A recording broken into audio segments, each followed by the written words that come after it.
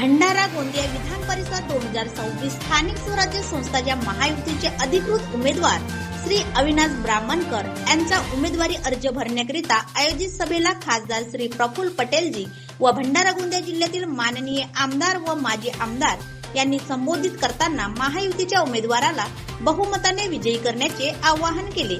तत्पश्चात जिल्हाधिकारी कार्यालय भंडारा येथे महायुतीचे उमेदवारांचा नामांकन अर्ज दाखल करण्यात आला।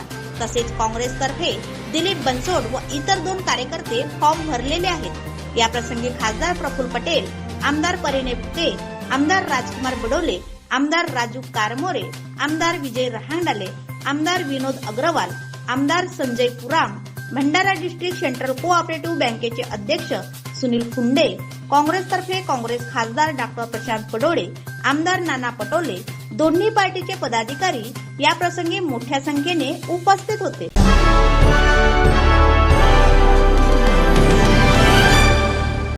महागाई असेल हे सगळे मुद्दे या निवडणुकीच्या माध्यमातून या वोटरच्या मनावर आहेत आणि वोटर यावेळेस या महायुतीच्या लोकांना ऐकणार नाही अशी परिस्थिती आहे आणि या ठिकाणी काँग्रेस विचाराचाच उमेदवार निवडून येईल अशा पद्धतीचं चित्र आज भंडारा गोंदियात आहे। शेवटचं फायनल कोणावर डिसिजन, फायनल नाव कोणाचं होईल, कधीपर्यंत क्लिअर होईल हे आम्ही सांगितलं आहे। आता आम्ही दिलीप बनसोड यांचा फॉर्म आम्ही भरलेला आहे काँग्रेस पक्षात आणि 2 उमेदवार आम्ही त्याला सपोर्टेड टाकलेले आहे।